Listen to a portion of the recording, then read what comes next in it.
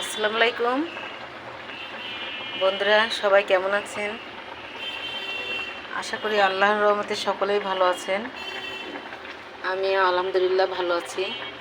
আমি আপনাদের মাঝে নিয়ে চলে আসলাম মিষ্টি কুমড়ো শাক দিয়ে তেলাপিয়া মাছ রান্না করা। এটা আমি মিষ্টি কুমড়ো শাক আমার ছাদ বাগানের, এই শাকটা আমি উঠাইছি আজকে। এটা আমি তেলাপিয়া মাছ দিয়ে আলু দিয়ে মিষ্টি কুমড়ো শাকটা রান্না করছি। দেখুন বন্ধুরা,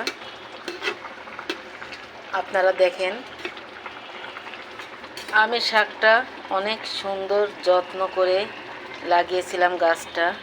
এই গাছের থেকে আমি শাক কেটে নিয়ে আসছি, এনে আমি রান্না করছি তেলাপিয়া মাছ দিয়ে মিষ্টি কুমড়ো শাক।